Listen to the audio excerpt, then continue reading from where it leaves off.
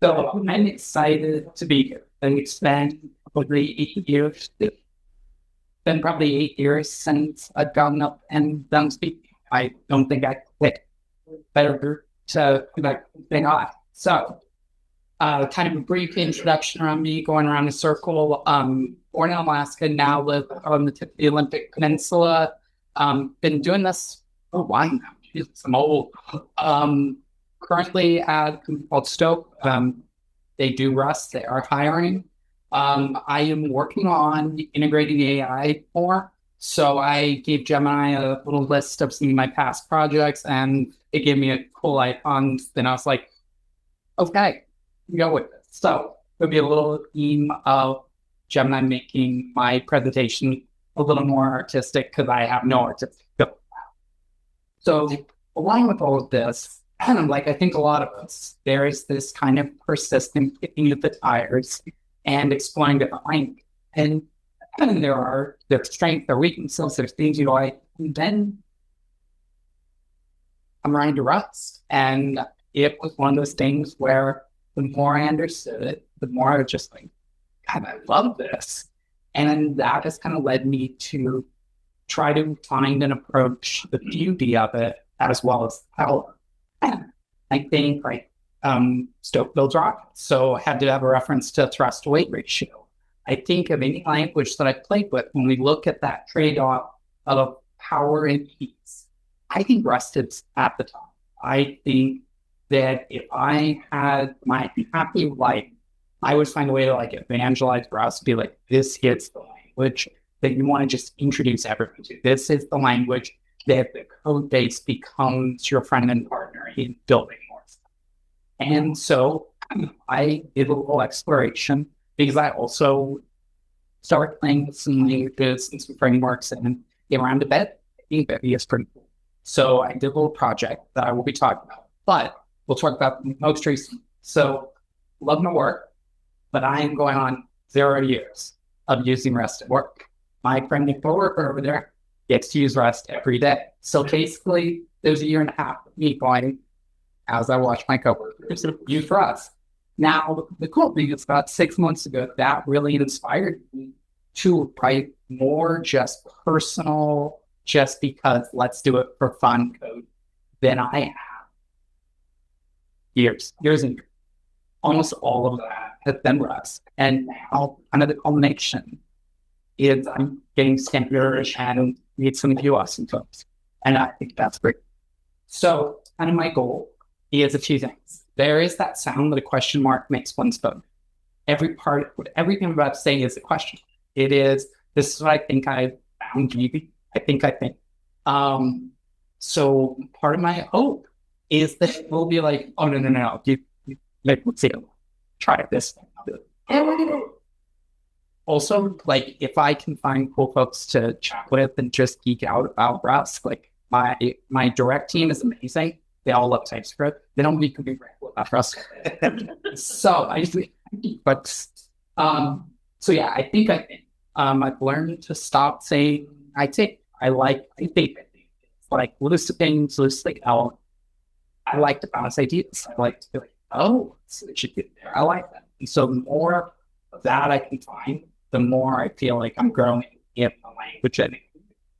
And there are trade-offs to everything. And so I try to call those out. And I've got a lot of slides in 45 minutes, which I set myself a timer. So I will try to go fast in the time, but I should go a little bit over time, so we're good. Thank you. So what I'm talking about today is like approachable Rust. I have this thesis that Rust can be that code base that something like Rails offer, right? This language that is self-documented, code base that I get hired on day one and they're like, go at this thing. I'm like, I intuitively find my way to the right thing. No, I didn't intuitively. I would let the code base is laid out, the language is descriptive. All right, this thing, I think this is the thing. And so playing that, I came up with some patterns that I was like, okay, this feels right from this hypothetical of if anyone actually joined me on this project, how easy would they find it? Or would they be like, well, let's see, maybe the luck, but shooting for the fun. So I'll show a little bit about this project that was kind of the foundation for some of these coding tools. And an idea that came out of it that honestly, I don't know if it's a good idea or if it'd be just for fun. Asking a group of people who know more than I do is a great way to get that like gut check feedback. Because my keeps it is I think that Rust may be better than almost any language I've encountered. Better than any language I've encountered. Or this approachability as a first class feature. So playing around, I wanted to create something that resembled a game. So it's not really a game. It's more of like a sandbox, something to whittle on that has some of the things you might find in the game. It's pretty small. It's about 20,000 lines. It is barely scratching the surface of what you would actually need. But it was a lot of fun. And the more I started playing with it, the more I was like, what cool things can I add to it? So it's got a little scripting thing in it. I didn't build it. I was like, there must be a thing. And sure enough, there was a thing that just made it super simple. They're like, I want to change that. There's a lot of flows. There's debug things. There's resources there. I'm clicking and creating a new thing. And all of these things just felt really, really cool. Like as I get this little piece, and it was like, I love Rust. And it just went deeper. And so I then got into that. Like, how do you, that's as fun for everyone else as it is for me. And so I was like, okay, any component system. This is kind of the foundation of Bevy. It is, to my understanding, kind of taking hold and becoming a popular paradigm in a lot of other game engines. So fundamentally, like the entity is the identity. You have them, they're unique, and you can put things on. Bevy does them really unique or really cleanly in that they're just basically 64-bit in stack 2 halves. And then you can put as much data as you want. Those are your components, and then you have to operate on. And so in my model, I might, there's some things that are structures, some things, both structures carrying and plugins that have it, might have resources, got selection, I've got kinetics. And at some point, as I'm like figuring out how to describe this, I'm like, it turns into a spider web. If I do it the first few times, as I'm like, what is this thing? Can I just get something working? And I was like, okay, so it's a spider web, but it's really cool spider web. And I was like, but it doesn't have to. And so that's when I started digging deeper into what are the primitives that Bevy provides us to allow us to take this functional thing and make it easier. And the big one is the system frame. And so essentially a system frame is if you have a system that is taking these things they need, saying I'm going to make a query for all of the entities of type structure that have with display. All my things. And maybe I want to do some operations on that. Could litter that and copy paste it through the systems. But instead, maybe I do this extraction. So the system frame needs these things and it has these operations. And what I found is as I started to apply these, a whole lot of things that I kind of knew were repetitive started to dry up in a very, very satisfying way. And so looking at this, like if we have I got to spawn a base to start a game. And so I'm pulling these things in where you see, then I'm saying, what do I actually need to do this? Well, I need to be able to put new commands into the system. I'm going to need access to my models. I need to know where things are in true space. I need the planets. I need the stars. And then I have some things I can do on them. I'm implementing something on this structure spawner. And then everywhere else, I can reuse to where, what does it take to spawn my civ station? Well, it's a station structure, like a lot. It has a name, it has some things. And you might ask, like, does this even need to be there? We'll talk more about structures later. My Gemini made me my cool little avatar person. So you will see those little things that are half reminders to myself, half me making fun of us. Sometimes laugh. So then looking at extraction, this is something that where you look down, we're like, okay, it's a system frame Bevy, but it's really a more, I think, universal concept. And different things provide different ones. So jumping wildly tangenting, like I like to do, we might look at something in Rocket. And we're like, okay, this is pretty okay, this works. I believe we look at it, and there's some stuff that I could probably do better. There's some reusable pieces, there's some access, and like, okay, so we'll get some help along the way. Like, Rust will do that for us. Rocket will do that for us. My custom specific, I need to do my JWT this way. Maybe that's a little more on me, but I can still do the same extraction, the same promise that the system parameter is doing. And we'll do half, and Rocket will give us half. So if we implement from request for my JWT, and we take that same piece that we were going to replicate in each place that needed it, we're just like, okay, I've done mine. And it's like, okay, cool. So you got a blanket, and as long as you do your part, you can then just ask for that. And my mind melts a little bit, right? Like, coming from other languages and other frameworks that have a promise of this will be easy and this will be concise, but you look at them, they're kind of generating random strings and at runtime and essentially passing it to eval. Yes. Right. So I did a demo, or I did a playground for this in Rocket. I did one in Snelling. One of them does GraphQL, the other does Rust. One of them is kind of set its own same. The other does its own little proc macro for me to declare and gin up TypeScript that I can then use in my Svelte project. Yes, I went through a complete mad scientist phase where I'm just going to wake up at 3 a.m. and I'm going to do Rust until I feel sane about it.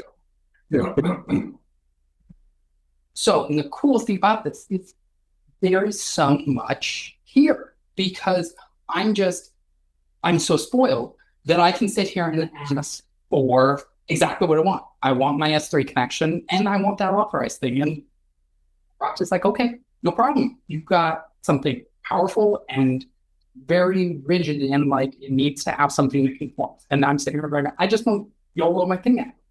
And it's just generating an adapter right then and there. I need to say, it's cool. This is really, really cool. And this is where I stop with one of my I thinks about magic versus automation. And there's a lot of languages that will give you magic, but behind that magic is a whole lot of meta programming that can get out of control from a performance standpoint, from the person left the company doesn't want to understand this anymore. And Rust is not that, right? Rust is automation that feels magic. And after that, feeling and the kind of having it click in my head what I think the difference between the two is, I'm going to favor the automation that feels magic every time. But coming from 10 years in Rails, and then forgetting everything about it, and then saying, hey, Gemini, can you gin something up for me? Look, and I'm going, yeah, that looks about right. And then comparing it to Rust. Like, this is part of where my theme is, that like Rust is that language that, yes, it's super fast. Yes, it's super powerful, but it is also like the size, it's pretty information dense. It's pretty easy to read. And I'm like, every teacher should do this. And then I walk in my face. So back to bed. So I like to find those learning lessons where I'm like, oops, I goofed. So when I did the little toasts where I'm like, okay, I want 3 battleships, and it's like, I spawned your battleship. Yes. So I did my toast, and I do that, and I'm like, oh, this is great. And then I'm like, oh, so in order to enable and disable, I need mutable for the toaster. In order to do the toasts, I will need mutable on the commands to say on my Steam stuff, but I don't really need on the toaster. I'm like, oh, in that ACS where it is really awesome about multi-threading everything, I just created a nice ball. So learning lessons, I think about those two. I think about what are my alternatives, and I'm like, oh, okay, I could do this one path that's closer. I could do this other path that's totally different. I've got my trade-off of, do I really need that entity ID? Well, I'm using it, whether I need it. And the thing that it came back to me is, well, even though that's a lot of choices, with the exception of the subtleties around, do I need that entity and a few other things, the real external shape of that system parameter doesn't really need to change. So by extracting, not only by making it easier on myself, but I can actually go through and dramatically change or replace how that toast system works in my thing that wants to be a game when it grows up. And I'm like, okay, so there is a durability, especially as we grow by doing this back. So kind of where I took that is I was like, Gemini, quick, make me another slide. And this idea of like, even if I'm like, okay, this thing it didn't quite work, there was a real fluidity in pun intended, in how I could think about this, reason about it, and move it all.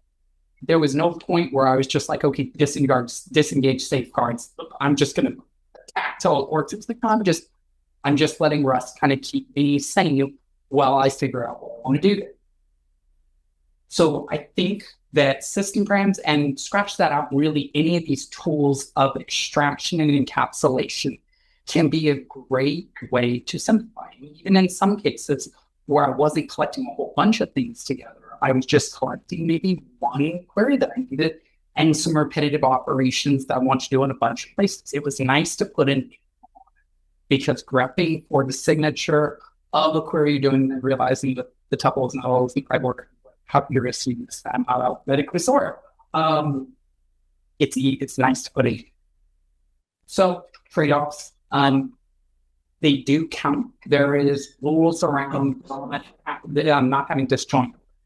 So you can have a case where you are encapsulating a query in your system, put it in there, collides with another. All of those rules are still there, but it helps make it cleaner. So I guess where I'm going with that is they are sometimes a good tool, something. So in terms of these, there are a couple that we'll see later on. But the cursor and the crosshair, right? I need to the cursor and I want it to turn red and get scary and go at an angle when I'm over an enemy ship and all of that. And then I have an interaction where I'm like, okay, I'm going to want to set some badges because we're going to talk about multi-step flows. These are some ones that we'll see later on. They were helping throughout. So then we talk about, when I showed that brief video, there was the panel that's kind of like if you grew up playing StarCraft, it's that kind of thing. There's that you can click that operate on your selection. And in my case, I had some structures I can build, some things I can research, and then some action based on what you have selected. And so here's some things that are all kind of together in one place, but they do different things. They rely on different things. They have different rules and multi-step flows, but they all kind of work behind this order button manager. I want a button to be there, and God, I can just be like, I need an order button. There it is. I'm like, okay, add, has, remove, update. Perfect. We've got to build it. So we'll see it as really true. And we'll also, as I'm talking about system parameters, I also interweave in. These four are probably the two big topics for how I made what I hope was a fun, approachable code. And so in this case, when I'm describing the research, I am describing essentially a mini little tree there. And you might wonder, okay, where's that word button manager that we're talking about? We'll get it. Because behind that is a macro, and we've got this idea of a registry that is a place where when we enter and we exit, we register and we unregister, and we've got this update research accessibility. And so what would that do? Well, so as we're continuing through, we get down to this research button where basically for each of these things, I'm going to need a button. I promise, bear with me, we're almost there. And then we see our first case where we're just like, okay, for each of these research buttons, I have some rules around whether we have it. And if we have it, I have some rules around if I'm in the process of researching. We saw when I was building those ships, I needed, of course, my progress bar on those things. So we collected it. And so but the cool thing here is we're not really worrying about the mechanics of what do I need, what entities do I need to spawn, what components are inside of everything. That's really just declaratively saying, in this moment, we'll get to structures, we'll get to actions later. But for this moment, for the case of research, it's just, here's some stuff that's specific to research, and then it's going to result in some. And so I think with both the system parameters, but really I think more the theme that's emerging with the way I'm using macros is sometimes, especially with like a brain that's a little bit easily random, we'll say. It's nice to test out some rails. It's nice to say, okay, I think I've got a pattern. Let's test it out, let's codify it. And if I'm right about that pattern, my code dedupes a lot and gets a lot tighter. If I'm wrong about that pattern, I'm suddenly really aware of where I put myself a little too tight on the rail. And I like discovering that organically. So on to the actions. If I select something, I can be like, okay, go mine, go attack, go patrol. Kind of the same idea. Where we see the same registry, totally different system.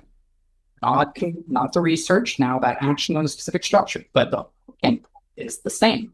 Just here is something that wants to go to register for showing these buttons. And this one, not as many layers, pretty much directly through. Oh, there's the order button manager. In this case, if you're selected and it can move, let's add some buttons for it. If you have nothing selected that can move, we don't need. So then on to structures. This is where I kind of segue or tangent into macros more heavily. So you actually now built in macros, but come back to structures. So a little bit of a flip. So macros. Thank you, Gemini, for the really cool flag.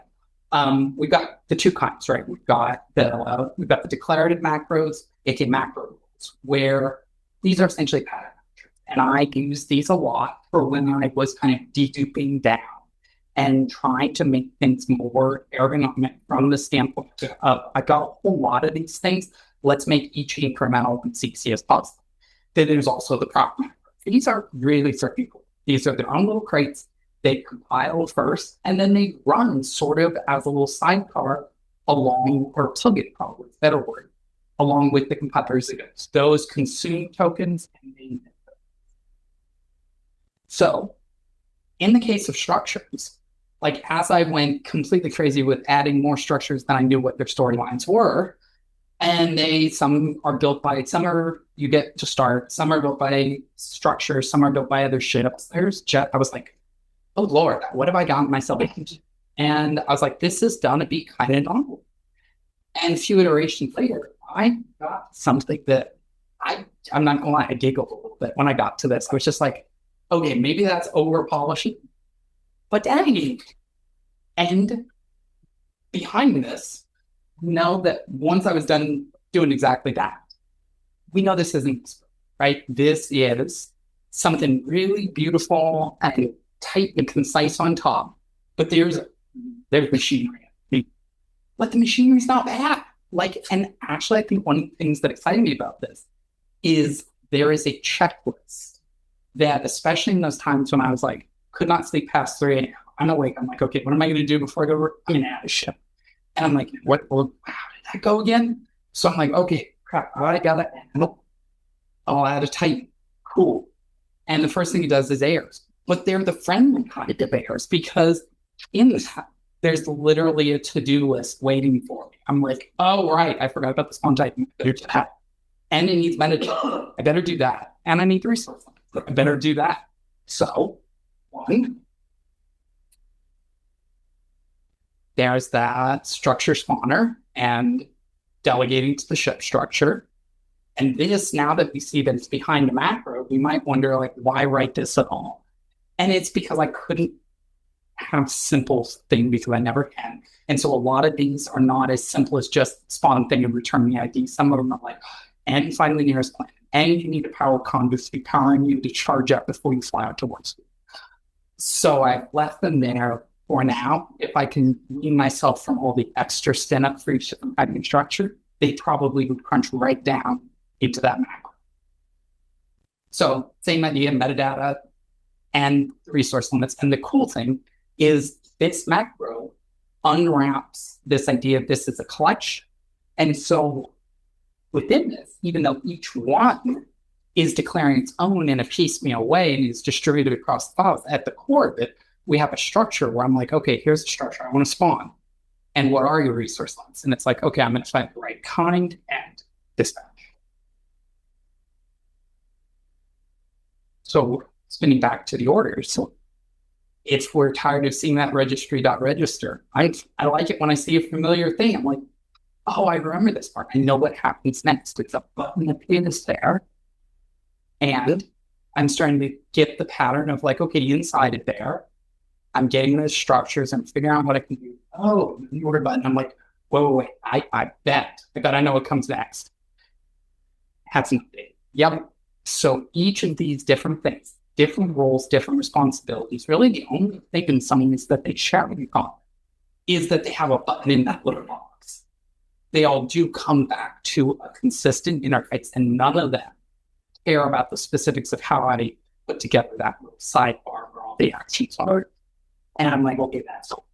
So the other thing I do is I make a lot of mistakes, especially the silly kind that involves flipping letters and the like. So in this case, one thing I like is not having string paths inside my debit code, where if I rename my rent, do something silly, I can defer an error to where I really don't want it. So little helper starts to emerge in my build RS, where I'm like, okay, so I have some things that are kind of fundamentally set. They will organize for what they hold, but structurally, they're each just collections of pictures. And I really like them to just kind of flow through and manifest to where we have those like action types go to. So if I mess something up, the further that type system can tell me that, the better. So kind of the same way as the errors that become helpful checklists to, I need to add a new chip. Same kind of thing. If I can save myself from my own problems, maybe I can help make a code base that doesn't bite teammates someday, for example. So orders are one of the three kinds that we looked at. They're a little different in that they're not spawning something new, not interacting with with a research tree, but a lot of them are multi-step processes. So we have something that started kind of like this, and then pattern starts to emerge, and I realize, okay, I'm not too far from something that looks kind of repetitive. When I hear repetitive, I'm like, oh, I'm going to do it again. I'm going to figure out what is the repetitive part, what can I pull out, and what are the orders? Like, I like this. And this kind of this, like, what am I doing here? I'm making maybe unnecessary, but really readable DSLs nested right at the start where they're relevant. And they are taking care of a whole lot of repetition and boilerplate. And since I'm not necessarily the best at remembering to do the exact same thing a whole bunch of times over, they're probably saving me from silly errors. So I think when I find those areas that are very easy, but kind of verbose, kind of repetitive, sometimes pulling that repetition out into something that's really memorable and it's self-descriptive can be a nice way to create familiarity in cookies. So on that topic order, and I promise talking about kind of a multi-step thing. So the Titan is the tugboat of my little wants to be a game someday when it grows up. So in that, we have different steps. We have to figure out what we're going to, which tub we want to do the tubbing, what we want the target to be, where we want to take it to. We have to coordinate that across a set of systems that don't really know anything about Titans or towing or anything of the like. That little cursor that turns sideways and turns red over an enemy is an example of that system. So this is something that we could imagine very specific code kind of littered throughout that I then regret writing the very next month. But not in this case. And I kind of like this because we think about this flow. I select the title. Okay, I tell it I want to tow. It gets a little badge on the cursor. I select the target and the badge changes, tells me where do I want to go. Select a destination and off it goes. So register again. When I come in, if I've got any Titans selected, I need to show this tow operation. And it's got to do something. So it's going to, when we're done, it's going to start towing. And what is the, words are hard. What is the icon that's going to show in the picture? They are from our folder courtesy of the builder has. And so in start tunneling, we have this crosshair, which is one of those system frames. And we're like, okay, from our selection, which is another one, we're like, get me all of the tiles. Let's start this plan that we'll be able to finish later. But for now, at least we know a few pieces of it. And then let's request that the cursor or the crosshair, which is a general component used even outside of the game when you're just hanging out at the main menu, let's request that it select something. And when they select it, we want to call the next thing on select target. And we want to put a little badge down the bottom and get it. And so then when that gets called, I'm just saying, okay, so from that, I want to get my plans, which is the thing I said at the first one. If I did hit escape, because I was like, matching mine, throws away, all good. But if I continue this far, I want to be able to pick up where I left off. So I do. And I update the plan with my targets. And then I request the next step, which is when we select the destination. And by the way, let's change the little badge at the bottom of the cursor to give me an indication of what I'm doing. If I fail, clear the slide.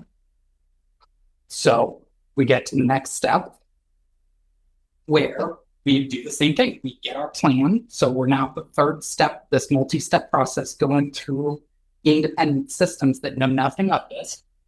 Pick it up, get our destinations, get our targets for each one, figure out how close you want to tow it, because I could not be bothered with having to tighten next on this theory, ship or console.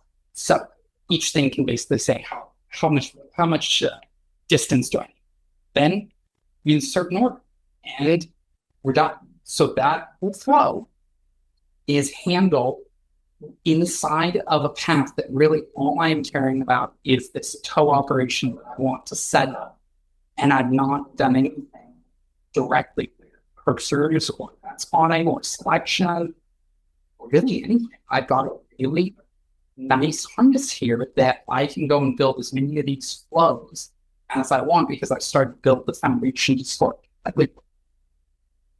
So another, I think, especially for something like these orders where there are a lot of coordinating systems that don't really know about each other, and a specific piece in each task wants to focus more on what it wants to get done. I mean, it's easy to read rules and scripts. I feel like, especially coming back to it after a couple of months and being like, oh, what, that is pretty cool. I feel like that can be a benefit, especially to someone else who's joining the project and hadn't been on for these 3 AM statement. So this is the biggest question, the sound of question mark makes one spoken. As I was doing this, and I wasn't like, when you set up the systems and you must study plugins, there's not a lot of boilerplate, but there is some. And I was kind of on a roll with, when you have a hammer, it starts to look like a nail. I'm like, oh, this one where the proc macro happens. And so it did. And like, this is the little life cycle function or life cycle macro that sits at the top of each of these files. They nest nicely. They kind of dry stuff up. But at the end of the day, I don't know if they were actually useful / valuable or if it's just a lot. Because this was the first time I really dug deep into building a proc macro top to bottom. And so there are some places where I do think that it helped a lot. And one of them is like when you are registering systems that you can one-shot call from other systems, there is some boilerplate that adds up. Having, especially like on the different actions where you're like, okay, I'm going to register my systems. Now they're I did find that pretty open. I think also when we have kind of repeated patterns, like how many of my different plugins have out when you enter the game state and you update in the game state, exit the game state, this started to feel really nice to just be like, okay, when you're in the game, enter key press watcher, exit. When you are in debug state, do some things. So I like that. I started to feel, especially, as the immediate memories fade, you're kind of coming back to a file you haven't touched in a while. I started to feel like they were a little bit of a happy signpost kind of giving me a lay of the land of like, okay, this is what this client's to do. But I still don't know if they're super. So the sound of question mark makes sense. I don't. If there's thought, yeah. So what's Singapore make this is that we talk taking your assets and put that in like one block and one person there. But basically you're protecting stuff through real wealth and discussing parts of where we're together. But then when we deal with the life cycle, you're actually experiencing being innate complexity system. And so I believe it is that kind of like why it was taught to decide whether there's like are you exactly that there's something wrong with the conspiracy system 5 with the second. That's a really good question. I think what it is Try to summarize that question and to the yeah, you betcha. So the question, as I understood it, was that it was a really astute observation that in the case of the build RS and pulling things together, we are protecting ourselves from a risk of the outside world. Where in these cases, I'm not really taking anything away. So is that why I hesitate as to whether this is useful or not? And I think a lot of it is I tend to do a gut check, even on my own stuff, of is this really a savings? And like a lot of those macros that you saw that dry things down to like peer review, they're not that bad. You look at the macro rules and you're like, okay, I totally see what this is doing. Whereas if we should look at this macro, it is walking it's in industry. It is like there is a piece for like I have fat arrows everywhere. So I'm like, okay, I want to pull some dope piece for the fat arrows. Yes.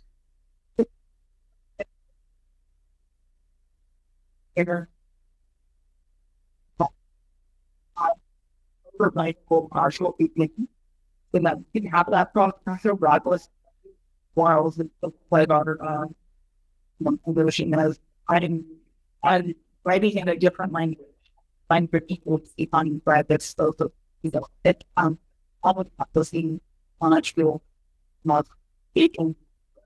You have piqued the curiosity out to talk more. A lot of these things were inspired by Okay. them that was in that was from Northeast and Northeast. Yes. I'm going to ask, if I may, I'm going to come ask you more questions later. Thank you. So, coming back out of the macro world into one more 7 minutes. Oh, I got to go fast. I'm going to talk even faster. Good God. So keyboard handling. Keyboard handling is easy to do, but the more it spreads out, the more it can become difficult to remember what kind of owns what. So there's this idea of how do we consolidate. And there is a library called Weakling Input Manager that is fantastic. And it does a great job of helping centralize the declaration, but not the implementation. And it starts to look kind of like this. And again, I'm like, wow, that's really nice and it's concise. Like, could it be more? I think so. So I looked at what is the repetitive part that even with aids that help us write so and all of that I just couldn't be bothered to do. And it tried up to that. And all of a sudden, my key map, I was like, okay, I can read that. I can glance at that. I like that. So I think drive but don't steer. Streamline but don't choke out. Errors, like we saw, can be a really great checklist if they're descriptive words. Like I had to tighten my structure thing. I'll read trick things like perhaps DSLs can be really clear. There are trade-offs. A little bit of indirection. You can get an error that you're like, it says it's here, but really it's there. And I think that once you see those once or twice, you're just like, okay, I understand what this is saying, and you jump right. So I'm going to blitz past this because of all the loose opinions loosely held. I think this one is the loosest, and it's also where my OCD kind of leaked out. I think that file size can be, it is, I think, immaterial or different for each project, what size you choose, but I really like setting myself up. This was a small toy project, so I just picked 400. I was like, okay, files are going to be under 400. And what I found is out of 20,000 lines, none of them were over 400. And it was a really nice thinking exercise as they approach. That was going to be a trigger point to be like, okay, how would I break this up? What is the logical breakdown? What I ended up with was files that didn't sprawl. And I think I had an easier time preventing sprawling by starting and keeping it small than by trying to split up later. That's a very good skill. But once I started doing this kind of just like, let's count them up and color code them and sort them, I like this pattern, at least from my own code, that that's to touching the wire all these files so small. Same thing with ordering. Like, if someone dropped into my project, would they be able to find their way through the folder structure and kind of know the right place to find file if I'm going to have the thing that the thing? And if I feel that structure, I'm like, okay, this feels like an approachability. Same thing with imports. As I kept file sizes small, I started to notice that you kind of feel from imports when a file was doing too many things and when I was going to regret that later. And that, I think, kind of helped. And it even holds across to some of these other pet projects. So I'm like, okay, some of these do just kind of read like they're about the right logical side. They're doing the kind of single response to, they're doing the right thing. I'm like, sweet. And I'm going to go even faster. So a few more. There is, when you take into and a type, it can be a really nice thing, because then instead, if there's a thing you commonly pass in or a bunch of things you commonly pass in, and you take the impulse, something that will go into your type, then there's just one place where we're like, how do we adapt A to B so I can always pass A's to B's? It just works. Now match. I love the match statement in Rust. I love it. I have seen languages that have power. What? Indeed. But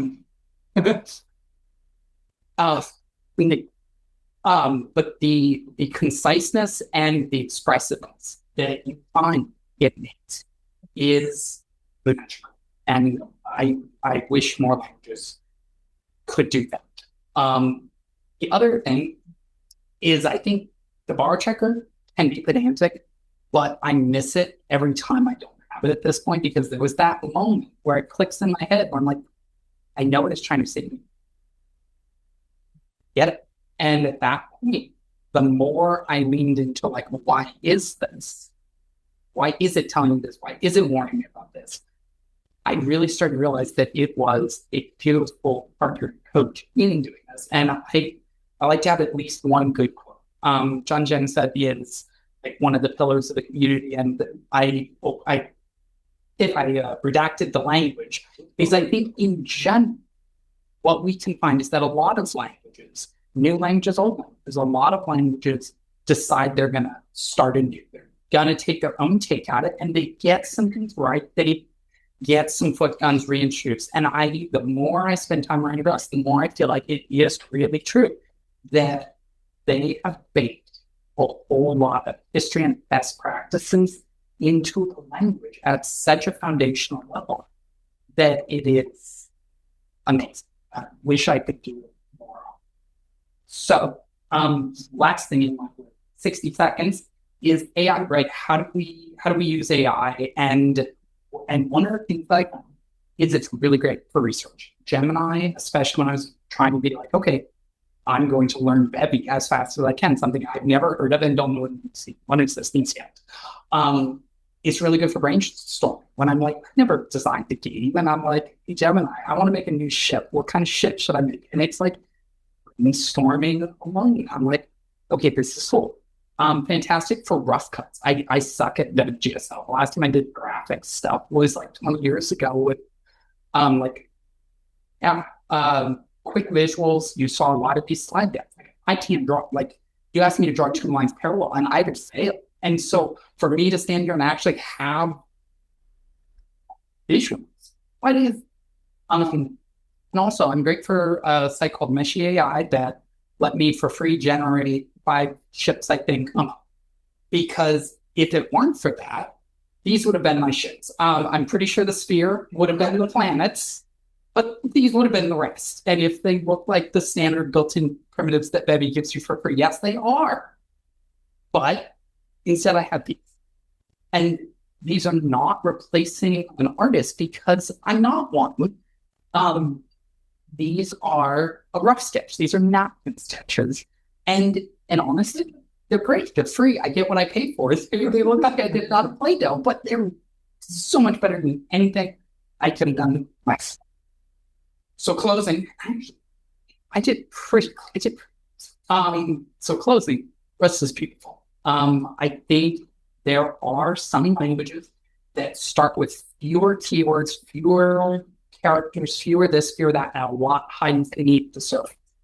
My thought is that Rust put some stuff out there like the hello world. And once you kind of bite each piece off, you're like, if this makes sense. And I don't remember a whole lot of languages where I felt even as a beginner, like I could go and open up a big project like Rocket or AXA or Bevy. And it actually makes sense of what was going on. And that to me is so fundamentally powerful. I think that application Rust can be concise, expressive, and approachable to all, which means we are at the end. Thank you.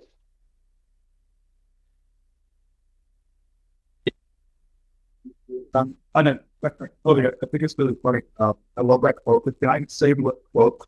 So that quote's about balance. And I think what's really amazing is I wrote the book on set or something. Gold was like, I convinced people that wants a Java. I was just like, I think that work might bring it. Then it's where we got Rust. So Bill was like, really happy the public. And then it was hilarious. It's like goes asynchronous. It's what they do. But in nice feeling Rust. It's just so much better. Like it just came out. I started worrying that. Oh my gosh! Like, wait, it's like I'm learning things to that actually make me smarter. I was like, yo, this girl kind of feature. It's like one level of include gifts and program design when it's good, like very kind of you're able to there. It's not too long, but I just think it's a really cool because able to organize and less insert items just aren't right there yet. They go down south, but then everything else is so great. Thank you. And I'm grateful to all of you. This was really cool.